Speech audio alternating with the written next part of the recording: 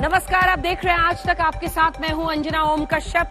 वित्त मंत्री निर्मला सीतारमण ने जो बजट पेश किया है उसमें सरकार का दावा है, वित्त मंत्री का दावा है कि हमने समाज के हर वर्ग को छुआ है। टैक्स रिबेट के जरिए जो टैक्स स्लैब्स में बदलाव किए गए हैं और नए टैक्स रिजीम में 5 लाख की जगह 7 लाख की आय तक आपको टैक्स नहीं लगेगा और इसी के साथ पुराने वाले में 2.5 की जगह 3 तक मामला कर दिया गया है। कई सारे ऐसे बिंदु हैं जिस पर सरकार ये दम भर रही है कि हमने लोअर मिडिल क्लास को बहुत सारे फायदे पहुंचाए हैं, शोषित वंचितों को, महिलाओं को बहुत सारे लाभ दिए हैं। बातचीत करने के लिए केंद्रीय मंत्री अश्विनी वैष्णव जी इस वक्त हमारे साथ जुड़ रहे हैं।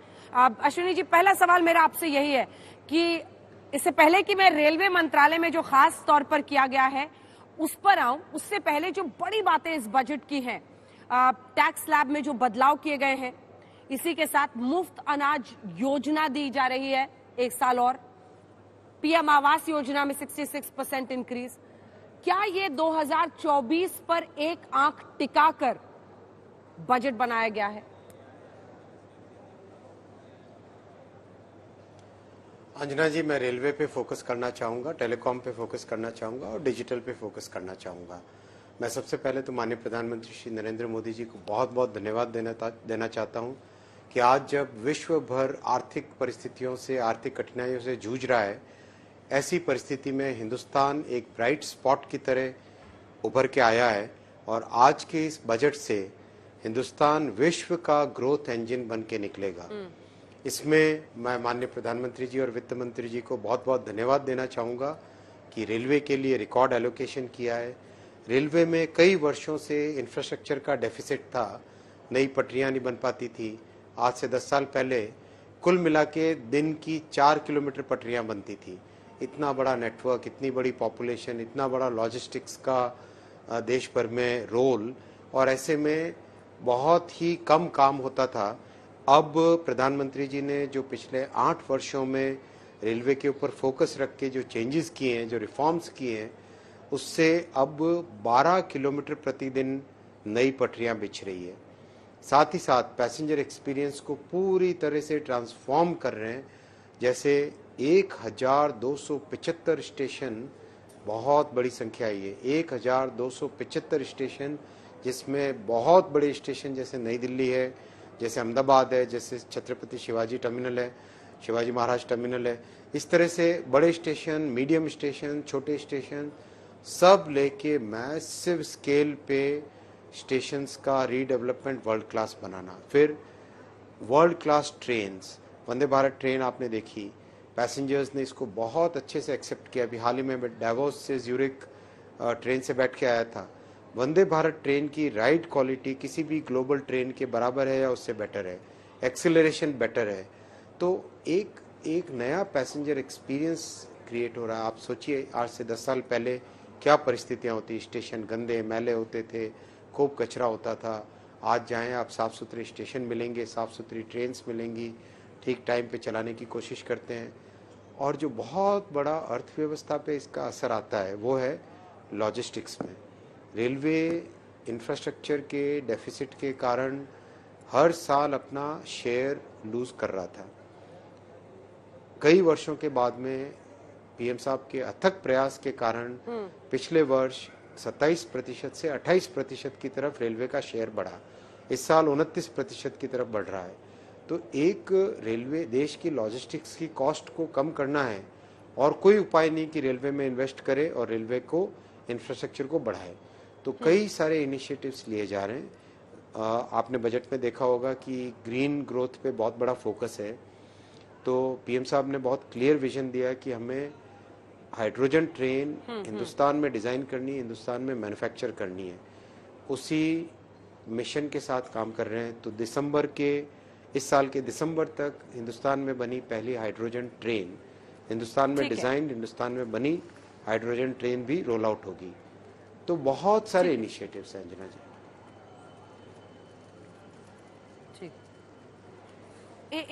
एक आखिरी सवाल आपसे जल्दी से, इंडिया टुडे पर भी आपको जाना है।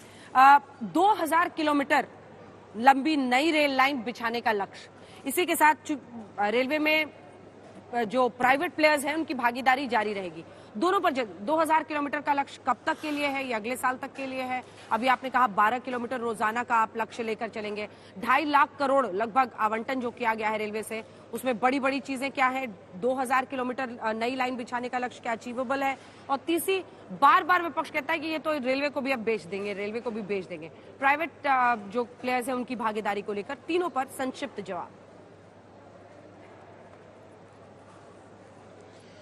2000 नहीं अंजना जी, साल में 4500 किलोमीटर नए ट्रैक बिछाने का टारगेट लेके चल रहे हैं। 4500, और बहुत अच्छी से अचीव हो रहा है, बहुत आराम से अचीव हो रहा है। दूसरा, रेलवे के प्राइवेटाइजेशन का कोई प्रश्न नहीं है। बहुत ही क्लियरली मेरे पूर्ववर्ती मंत्री श्री पीयूष गोयल जी ने पार्लियामेंट में कहा था, पार्लियामेंट में मैंने स्पष्ट कहा है, कई फोरम्स में कह चुके हैं कि रेलवे एक बहुत ही कॉम्प्लेक्स ऑर्गेनाइजेशन है जिसका बड़ा सोशल ऑब्लिगेशन है। फर्टिलाइजर मूवमेंट है, फूड ग्रेन का मूवमेंट है, सॉल्ट का मूवमेंट है, कई कमोडिटीज का मूवमेंट सब्सिडाइज रेट्स पे करते हैं। बहुत ही कॉम्प्लेक्सिटी है। तो दुनिया भर में रेलवेज वैसे भी गवर्नमेंट के हाथ में रहती है, हिंदुस्तान में भी गवर्नमेंट के हाथ में है और गवर्नमेंट के हाथ में ही रहेगी। प्राइवेटाइजेशन का कोई प्रश्न नहीं है।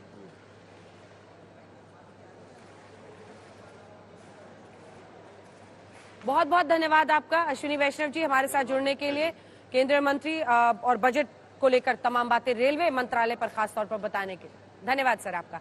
लेकिन अब जो बड़ी बातें आपको बताते हैं, क्योंकि अब सियासत तेज होती जा रही है। राहुल गांधी ने कटाक्ष किया है बजट पर और कहा है ये अमृतकाल नहीं, ये मित्रकाल का बजट है। राहुल गांधी का ये बयान जिसमें उन्होंने कहा है कि ये अमृतकाल का नहीं, ये मित्रकाल का। मित्रकाल से आप समझ रहे होंगे, बार बार कांग्रेस पार्टी सरकार को लेकर, अडानी को लेकर उन पर आरोप लगाते रही है और इसीलिए मित्रकाल का बजट इसे अब राहुल गांधी करार दे रहे हैं।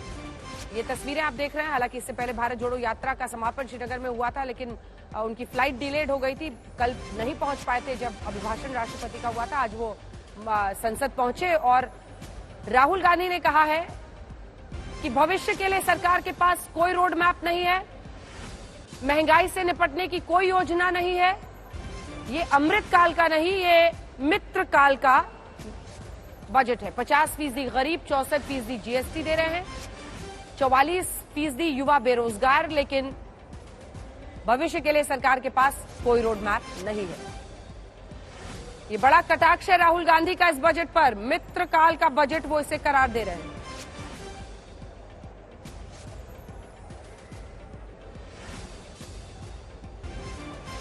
तो राहुल गांधी से लेकर विपक्ष सभी घेर रहे हैं मौजूदा सरकार को, और मोदी सरकार के दूसरे कार्यकाल में ये आखिरी पूर्ण बजट है जिसको लेकर अब विपक्ष हमलावर है। क्योंकि सबसे बड़ी बात जो है जिसको लेकर चर्चा आज सुबह से हो रही है वो है टैक्स स्लैब में रिबेट, क्योंकि उसी के साथ मिडिल क्लास को लुभाने की कोशिश है। चुनावों के पहले 2024 में चुनाव है लोकसभा के, इस साल 9 राज्यों के चुनाव हैं।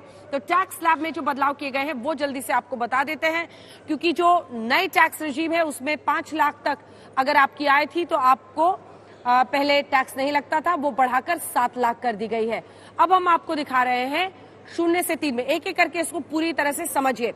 अगर आपकी आय 3 लाख तक है तो अब आपको टैक्स नहीं लगेगा। पहले आप 2500 का टैक्स देते थे, फायदा आपको पूरा का पूरा 2500 का हो गया। 3 से 6 में 15,000 पहले देते थे आप, 22,500, तो आपको लगभग 7,500 का फायदा हुआ है।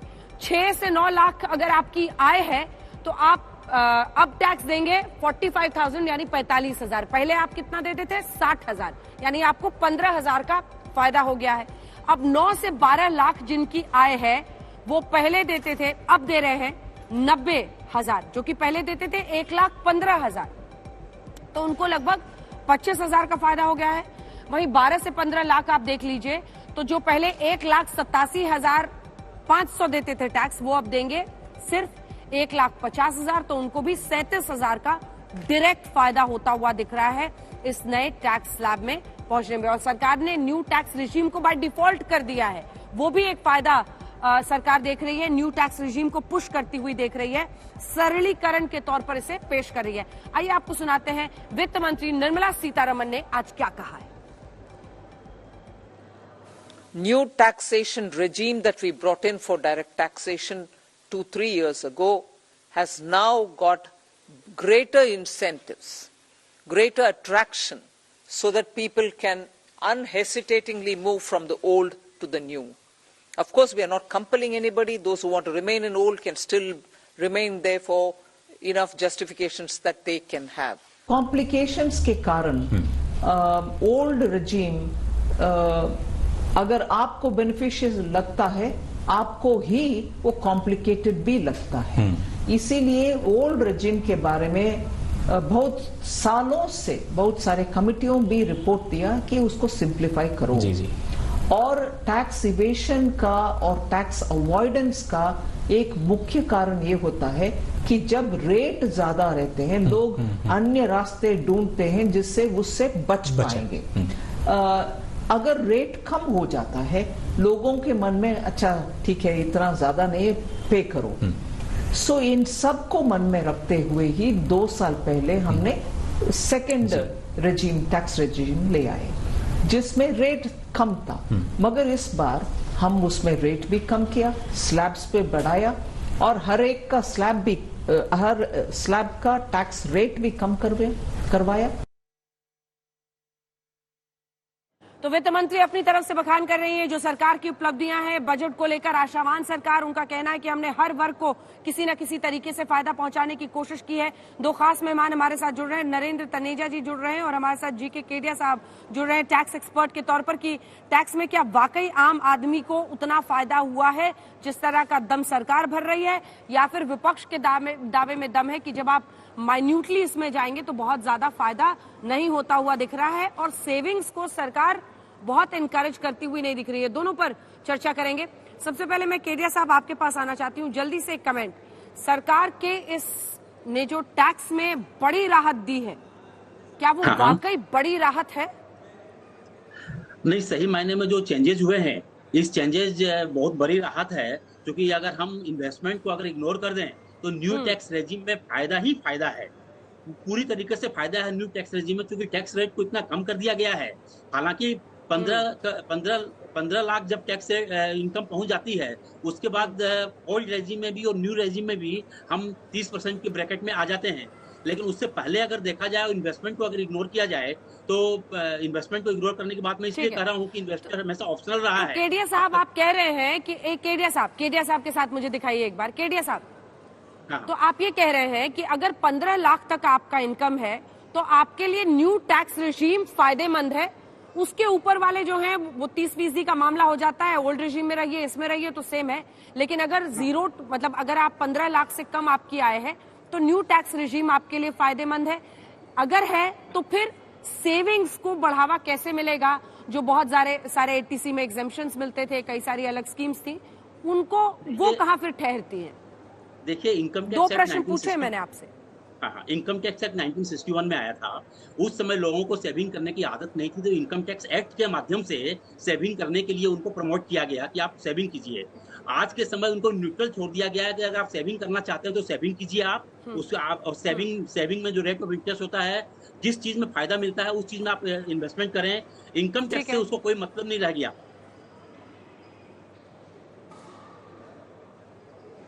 हाँ,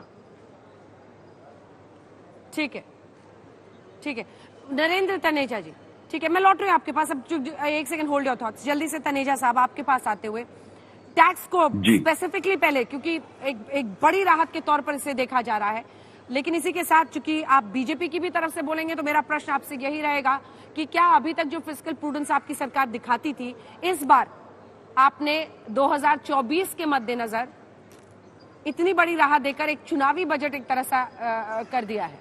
नहीं, चुनाव का इससे कोई लेना देना नहीं है। आप देखिए, हमारा जो मध्य वर्ग है पूरा कैटलिस्ट बन चुका है। जो आर्थिक देश में तमाम परिवर्तन हो रहे हैं उसका कैटलिस्ट हम किसान होते हैं, गरीब आदमी होता है, एसएमईज होते हैं, लेकिन मिडिल क्लास बहुत बड़ा कैटलिस्ट है।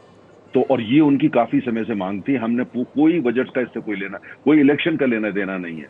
ये उनकी मांग भी थी और हमें लगता है कि मांग बिल्कुल जेन्युइन थी, क्योंकि धीरे धीरे अर्बन सोसाइटी बढ़ रही है, मिडिल क्लास बढ़ रहा है, और वो काफी वो इसलिए नहीं कि वो वोकल थे, इसलिए हमको लगता है उनकी बात बिल्कुल जेन्युइन थी।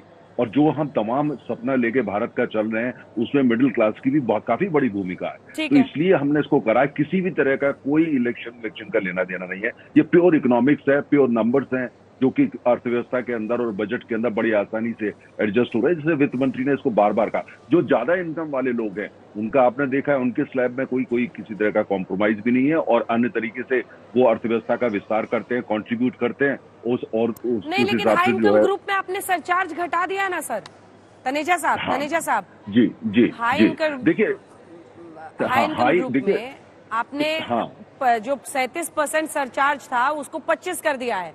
तो कह रहे हैं कि अमीरों का ख्याल रखा है आपने, और यहाँ पर अधीर रंजन चौधरी कह रहे हैं कि आपने सिर्फ हेरा फेरी कर दी है ओल्ड स्कीम न्यू स्कीम में। नहीं देखिए वो उनका जो मर्जी है वो उसको बोले, लेकिन सेस को कम करा है, सेस के अंदर वो कम करा गया है। और दूसरी बात हमको ये समझने की होगी, जो अमीर हो या गरीब हो, सब लोग जो पैसा जो आता है, जो सरकार की भी एक लिमिट है। सरकार ऐसा नहीं कर सकती कि लोगों को अलग अलग नजरिए से देखे। जो अमीर है या जिसको अमीर बोलते हैं, अर्थात वो ज्यादा मेहनत कर रहा है या ज्यादा प्रोफेशनल अच्छा है या जो भी है, उसकी इनकम ज्यादा हो रही है, इसका मतलब ये नहीं होता कि सारा बोझ आप उसी पे डाल देंगे। हमको न्याय लेकर के भी चलना है साथ में, ये भी, और उसको भी इंसेंटिवाइज करना है कि वो और ज्यादा पैसा कमाए जिससे ज्यादा से ज्यादा सरकार को दे सके। हमारी अप्रोच कम्युनिस्ट अप्रोच नहीं है, नॉर्थ कोरिया की अप्रोच नहीं है। हमारे लिए है कि सब देश के नागरिक, हम चाहते हैं ये लोग जो मिडिल क्लास, इनकी भी इनकम बढ़े और इनको ये भी 2 करोड़ के ऊपर के स्लैब में जाए, अर्थात कुल मिलाकर के विस्तार हो। तो एक तरह का इंसेंटिव भी होता है। और दूसरी तरफ ये बात जो कह रहे हैं कांग्रेस, बार बार इसको कह रही है कुछ नहीं है, सब ये जो है सुपर रिच को फायदा गया। सुपर रिच कांग्रेस से मैं पूछना चाहता हूँ, सुपर रिच भारत में कितने हैं? 99.80% तो हमारे यहाँ आम आदमी एक तरीके से। सुपर रिच किसकी है बात कर रहे हैं? 0.20% की। उनके लिए इतना बड़ा बजट बनाया गया है $580 बिलियन का, उनके लिए बनाया गया है। कैपिटल एक्सपेंडिचर 10 लाख करोड़ का किसके लिए करा जा रहा है? आम आदमी के लिए करा जा रहा है, वो कैटलिस्ट होगा। ठीक है, लेकिन देखिए विपक्ष जो भी कहे, विपक्ष का पक्ष अभी रखेंगी। सुप्रिया श्रीनेत हमारे साथ कांग्रेस पार्टी की तरफ से जुड़ रही हैं, लेकिन इससे पहले कि सुप्रिया जी के पास चलें, आइए आपको सुनाते हैं। फैसला जनता को ही करना है। जनता क्या कह रही है इस बजट पर? हमने लोगों से बात की, हमारे सहयोगी अलग अलग जगहों पर गए, जल्दी से वो हिस्सा जरा सुना देते हैं। ये चीज समझनी होगी कि 7 लाख जो टैक्स स्लैब 5 लाख से 7 लाख की जो बढ़ोतरी की गई है वो ओनली न्यू टैक्स रेजिम के लिए की गई है। तो उस रेजिम में कोई भी डिडक्शंस का बेनिफिट नहीं मिलता है। तो देयरफॉर जो मिडिल इनकम क्लास को लेके जो ये एक बात बोली गई थी फाइनेंस मिनिस्टर की तरफ से, वो उस तरह का बेनिफिट कोई मिडिल इनकम क्लास को नहीं मिल रहा है। क्योंकि अगर 10 लाख रुपया कमा रहा है तो फिर वो 7 लाख के ऊपर इनकम होते ही वो तो स्लैब में आ जाता है, तो उसको तो कोई बेनिफिट मिलता नहीं है। फिर 3 लाख, 3 से 6 लाख, 6 से 9 लाख, ये सब बेनिफिट ये स्लैब में आ जाता है, तो उसको तो टैक्स देना ही पड़ेगा। तो ये एक बेसिकली ऊपर से देखने से लगता है कि एक आई वॉश है। पर्सनल टैक्स रिलेटेड ही है, उसमें कुछ भी नहीं मिला। जो ओल्ड रिजिम में है वही बेनिफिशियल है, न्यू रिजिम में आज के दिन तो हमको कुछ भी नहीं मिला। एट द डे एंड क्या हो रहा है कि अगर 7 लाख 1 रुपया किसी का इनकम हो जा रहा है तो उसको टैक्स लग जाएगा, उसको कुछ नहीं बचेगा। ना कोई डिडक्शन है, ना HRA मिलेगा, ना मेडिक्लेम मिलेगा, कुछ नहीं मिलेगा। तो ये कोई मतलब का टैक्स नहीं है। तो ये अलग अलग जगहों से प्रतिक्रियाएं हैं, कुछ और लोगों की भी प्रतिक्रियाएं हैं, वो हम सुनाएंगे आपको कि आखिर बजट में जो टैक्स को लेकर ये प्रावधान किए गए हैं उस पर लोग क्या कह रहे हैं। सुप्रिया श्रीनेत जी, आपका समय शुरू होता है अब, क्योंकि आपने सुना, चाहे वो नरेंद्र तनेजा हो, केडिया साहब हैं, टैक्स एक्सपर्ट हैं, उन दोनों का दावा है कि इसके जरिए, टैक्स कट्स के जरिए और इन स्लैब्स के जरिए एक बहुत बड़ी राहत दी गई है। 7 करोड़ 53 लाख लोगों ने इनकम टैक्स फाइल किया था, उसमें से 5 लाख लोग इस नई स्कीम के अंतर्गत गए थे। 7 करोड़ 48 लाख लोग अभी भी पुरानी स्कीम में हैं। तो जो इतना बड़ा फायदा है वो 5 लाख लोगों को ही मिलने वाला है। सबसे पहले तो मैं ये समझा देना चाहती हूँ। लेकिन पते की बात आज सिर्फ इनकम टैक्स की स्टोरी नहीं है। वो जैसा कि लोगों ने कहा, लोग इस देश के बड़े समझदार हैं। जो 2 लोगों ने मुझसे पहले बोला, जनता बोल रही थी, ये व्हाइट वॉश है, ये आई वॉश है। सवाल इस बात का है अंजना जी, मैं आपके सामने 3 आंकड़े रखना चाहती हूँ। शिक्षा पर पिछले साल बजट खर्च इससे भी कम हुआ था, लेकिन budgeted amount 2.6% of the GDP था। इस बार बजट में उसको 2.5% जीडीपी का कर दिया गया। स्वास्थ्य पिछले बजट में 2.2% ऑफ द जीडीपी था, वो घटा के 1.9% कर दिया गया। कृषि 3.8% ऑफ जीडीपी था, घटा के 3.2% कर दिया गया। और रूरल डेवलपमेंट 5.8% ऑफ जीडीपी था, घटा के 5.2% कर दिया गया। यहां पर बताना जरूरी है, बजटेड अमाउंट तो फिर भी ज्यादा था, एक्चुअल तो उससे भी कम है, लेकिन उसके बाद भी उसको घटाया गया। तो मुझे आप सिर्फ ये समझाइए कि सरकार की प्रायोरिटी क्या है। शिक्षा, स्वास्थ्य, कृषि, ग्रामीण विकास, अर्बन डेवलपमेंट का भी बजट घटा दिया गया। सरकार की प्रायोरिटी क्या है, पहला सवाल। और दूसरा सवाल, क्योंकि पहली तिमाही में इस साल 13% ग्रोथ हुई थी, दूसरी तिमाही में 6.3% ग्रोथ हुई थी, तो थर्ड और फोर्थ तिमाही में जो ग्रोथ 4 और 4.5% होने वाली है, उसके बारे में सरकार क्या करेगी? क्योंकि कम ग्रोथ का मतलब है कम आय, कम नौकरियां और ज्यादा गुर्बत। उसके बारे में सरकार क्या करेगी, ये एक्सप्लेन करना यहां पर बहुत जरूरी है। 5 लाख लोगों को आपने राहत दे दी, बहुत बड़ी बात है। 7 करोड़ 48 लाख लोग अभी भी पुरानी स्कीम में है, वो छोड़कर जाने वाले नहीं है, क्योंकि यह आई वॉश है।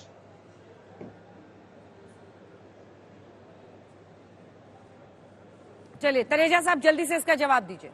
हाँ, नहीं देखिए, आपने बड़े ध्यान से अगर सुना हो, हमारी कांग्रेस के मित्र ने क्या कहा, उन्होंने परसेंटेज दिया है कि जीडीपी का। उन्होंने ये नहीं बताया है कि जो ग्रोथ जब ग्रोथ होती है तो आपका पिछले साल के मुताबिक पूर्व मिलाकर के आपका जीडीपी बढ़ गया। जब जीडीपी बढ़ता है तो परसेंटेज भी उसी हिसाब से बढ़ता है। बजट के अंदर चाहे वो एजुकेशन है, चाहे वो एग्रीकल्चर है, चाहे वो हेल्थ है, जरा ध्यान से देखिए, मेरा उनसे आग्रह है, जरा ध्यान से उसको देखिए। सबके अंदर बढ़ोतरी करी गई है, और इसलिए करी गई है, और वो क्योंकि कुल मिलाकर के ये सारे सेक्टर गवर्नमेंट की प्रायोरिटीज है। और अगर बात जब करी जाती है कि 10 लाख करोड़ रुपया जो है वो कैपिटल एक्सपेंडिचर का होगा, उसके अंदर तमाम वो सेक्टर भी शामिल होगी जिनकी चर्चा करी जा रही है। कहाँ जब वो उसका विस्तार होता है, जब सरकार इतना बड़ा कैपिटल एक्सपेंडिचर करती है और इंफ्रास्ट्रक्चर से लेकर के हर सेक्टर के अंदर करती है, तो जाहिर है उसका बेनिफिशरी सब कुछ होता है। क्या उसमें कोई अगर जो इंफ्रास्ट्रक्चर के पार्ट में हॉस्पिटल बना रहा है या कोई भी उसका इनिशिएटिव ले रहा है, क्या वो उसमें शामिल नहीं होगा? क्या कोई विश्वविद्यालय बना रहा है, क्या उसका वो उसमें शामिल नहीं होगा?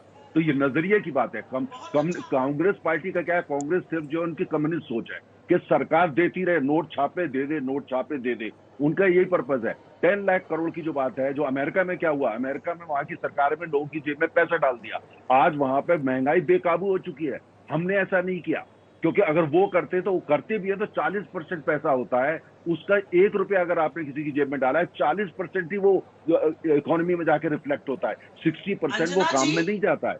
इसमें सारा अध्ययन किया गया है। और देखिए, कांग्रेस की अपनी अप्रोच है, हो रखें वो देश को कम्युनिस्ट बना देंगे तो बनाए वो। एक छोटा सा इस पर रिबटल, उसके बाद हम दिखाएंगे कि अलग अलग क्षेत्रों में कितना आवंटन किया गया है, चाहे वो डिफेंस हो, रेलवे हो। ठीक है, ठीक है, ठीक है, जल्दी से सुप्रिया जी एक रिबटल। अंजना जी बहुत छोटा सा रिबटल, मैं तेजा साहब आपसे भी एक रिएक्शन लूंगी। हाँ जी हाँ, बड़ी अच्छी बात इन्होंने कही, परसेंटेज ऑफ द जीडीपी ना देखिए, मतलब चिट भी मेरी पट भी मेरी, लेकिन दोनों इनकी नहीं है। मैं परसेंटेज ऑफ द जीडीपी चलिए नहीं देखती हूँ।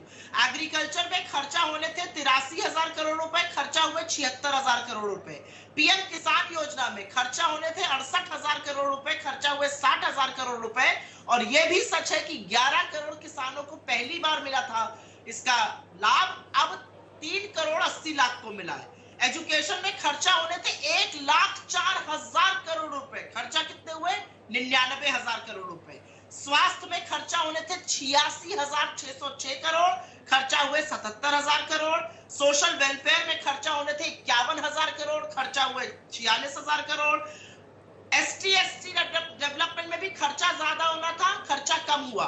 मैं आंकड़ों से बात करती हूँ तनेजा जी, आप मुझे कम्युनिस्ट कह लीजिए, कुछ कह लीजिए, इकोनॉमिक लिबरलाइजेशन कांग्रेस ने किया था, तो मूर्खता की बातें नहीं करनी चाहिए। मैं फिर से सवाल दोहराऊंगी, और सवाल वही है कि इस देश की बजट में आज अनएम्प्लॉयमेंट, गरीबी, महंगाई के बारे में क्या है? $36 प्रति बैरल कच्चे तेल का दाम 6 महीने में गिरा है। सरकार ने वो दाम क्यों नहीं कम किया पंप पर? यह सवाल आज पूछा जाएगा। मैं इसका क्विकली जवाब दे दूं। पहली बात तो फैक्चुअली करेक्ट करिए, एक लाइन का जवाब तनेजा जी, फिर हम दिखाएंगे क्या सस्ता क्या महंगा हुआ। अंजना जी फैक्चुअली करेक्ट। रिफॉर्म्स जो पीवी नरसिम्हा राव जी ने करे थे, जिनको कांग्रेसी नहीं मानते, कब आपने उनका नाम लिया? कभी आपने नाम लिया आज तक उनका, पीवी नरसिम्हा राव का? कभी नहीं लेते आप। तो छोड़ दीजिए उस बहस को, उस बहस में मत जाइए। आपने नंबर की, जब बजट बनाया जाता है और खासतौर से जब कोविड का प्रकोप कई जगह चल रहा है, बजट का मतलब क्या होता है? ये नहीं कि आप कांग्रेस की तरीके से पैसा स्कैम में लगा दो। ईमानदारी से काम किया। अगर कोविड की वजह से कहीं कोई स्कीम स्लो हुई है, वहां पे वो खर्चा नहीं हो पाया, उस कारण ऐसा हो सकता है। लेकिन प्रश्न इस बात का होता है, आपका ये कहना है कि भाई कांग्रेस की तरह इनके स्कैम करके वो पैसे पब्लिक का खा लो, जो 10 साल यूपी 1 यूपी 2 में कांग्रेस करती रही, एक पैसा नहीं खाया गया। आपका मतलब ये बजट एलोकेट खाओ, स्कैम करो, स्कैंडल करो। माफ कीजिएगा, ये बीजेपी की संस्कृति नहीं है। पब्लिक का पैसा है, मेहनत का पैसा है, स्कैम एंड स्कैंडल की सरकार नहीं है। एक साथ नहीं सुप्रिया जी ये सही बात नहीं है। उन्होंने आपके बीच में नहीं बोला था। सुप्रिया जी आप लगातार नहीं बोल सकती ना, उन्होंने आपके बीच में नहीं बोला था। Please no shouting match. ठीक है, तो आप जवाब दे दीजिएगा ना अपनी बारी में, लेकिन बोलिएगा ना, आवाज नीचे कीजिए। जब भी बोलिएगा आप अपनी बारी में बोलिएगा। अगर आपको लगता है उनकी बात गलत है, मैं आपको मौका दूंगी, आप हाथ उठाइए। लेकिन एक साथ 2 लोग बोले तो दर्शक सुन नहीं पाते हैं, ये दिक्कत होती है। और शाउटिंग मैच लगता है टीवी पे, जो हम आज तक पे करना नहीं चाहते हैं। अब आइए आपको जल्दी से जरा दिखा देते हैं क्या सस्ता हुआ है, क्या महंगा हुआ है। ये बातचीत जारी रहेगी। अब मैं आ रही हूँ आपके पास। एक बार आपको बता दें क्या सस्ता हुआ है, क्या महंगा हुआ है।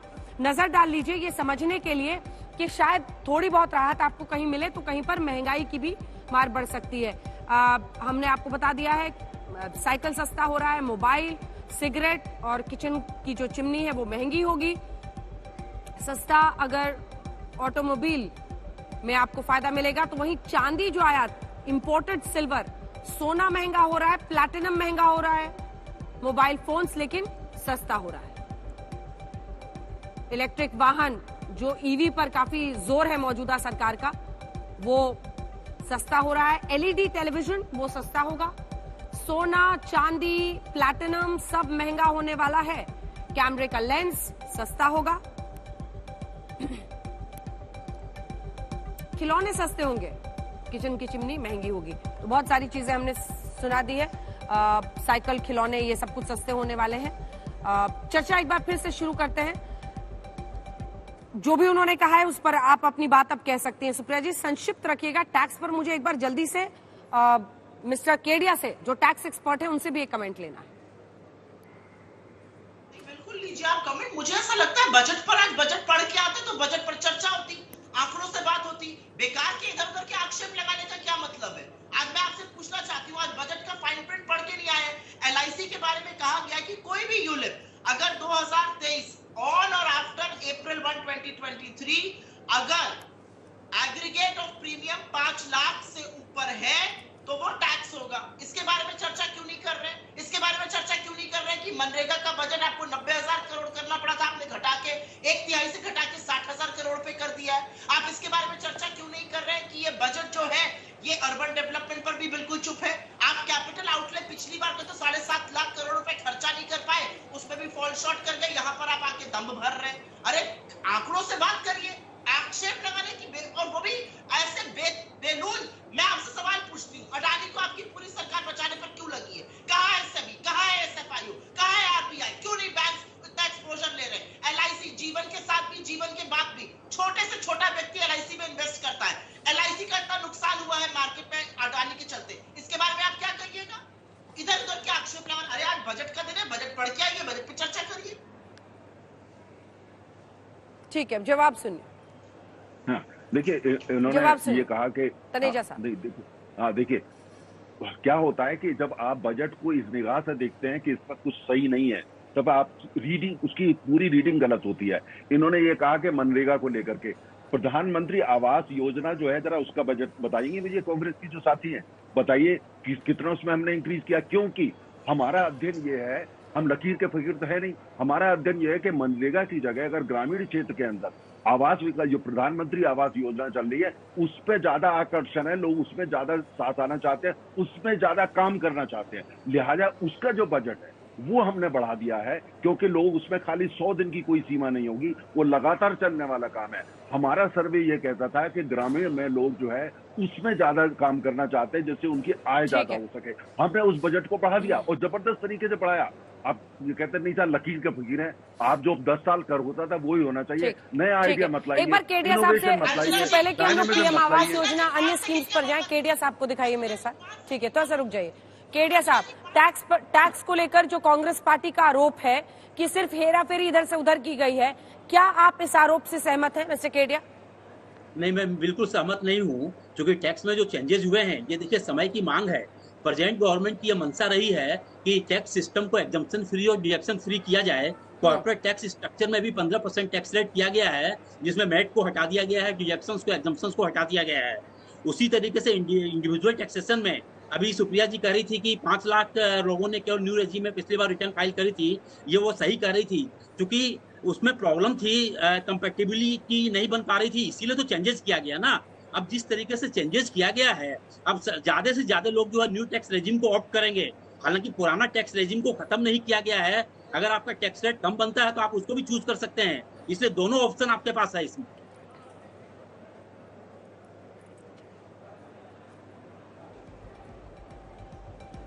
सुप्रिया जी, कौन नहीं चाहेगा कि गांव और ग्रामीण क्षेत्रों का विकास हो, कौन नहीं चाहेगा, लेकिन गलत बात नहीं करनी चाहिए।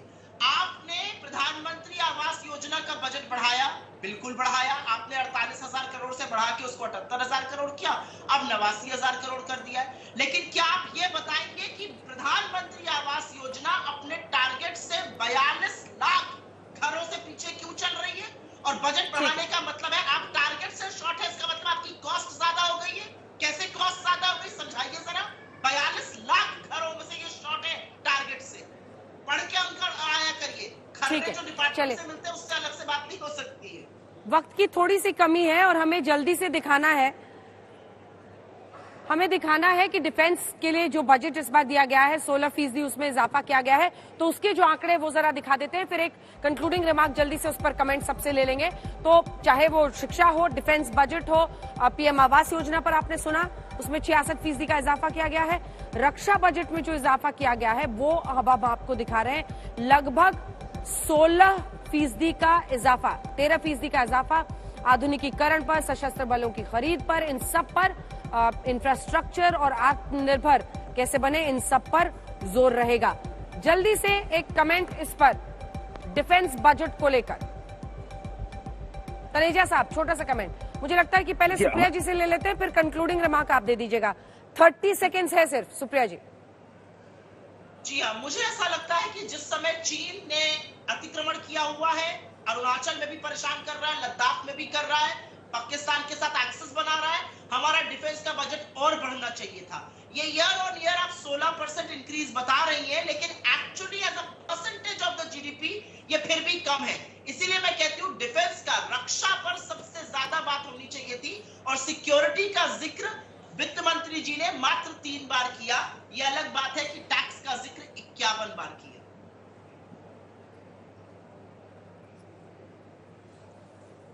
ठीक है, तनेजा साहब जल्दी से। नहीं, बड़ी अच्छी बात है। इनका ये सुझाव है कि डिफेंस बजट और बढ़ाना चाहिए था। अब बहुत अच्छा सुझाव है, स्वागत करते हैं। कम से कम आपने एक बात तो कंस्ट्रक्टिव करी। लेकिन जहां तक उसके पार्लियामेंट में डिबेट की बात है, सुरक्षा के तमाम मसले होते हैं जिन पे डिबेट चलती है, सुरक्षा कमेटीज में भी चलती है। लेकिन सबसे अहम बात है, ये बजट जो है इसलिए सुरक्षा मजबूत की जाएगी जब देश की अर्थव्यवस्था मजबूत हो रही है। आम आदमी से लेकर के, किसान से लेकर के, मध्य वर्ग से लेकर के, और हर एक, और महिलाओं को लेकर हर एक को एम्पावर्ड करने का पूरी कोशिश है। हम अभी भी विकासशील अर्थव्यवस्था है, चुनौतियां बरकरार है हमारे लिए, लेकिन हमारी जो कोशिश है और बड़ा सपना है, हम जरूर कामयाब होंगे। 2047 तक विकसित अर्थव्यवस्था भारत की बनेगी। और कांग्रेस ने जो अब अच्छे सुझाव, उनको स्वागत, बाकी जो उनको करना है वो अब उनकी आदत है, उसके बारे में हम क्या बोलें। ठीक है, दावे आपके सामने, क्या है ये चुनावी दाव और जो विपक्ष का है आरोप, ये सब कुछ आने वाले वक्त में तय हो जाएगा। आप सभी का बहुत धन्यवाद हमारे साथ जुड़ने के लिए।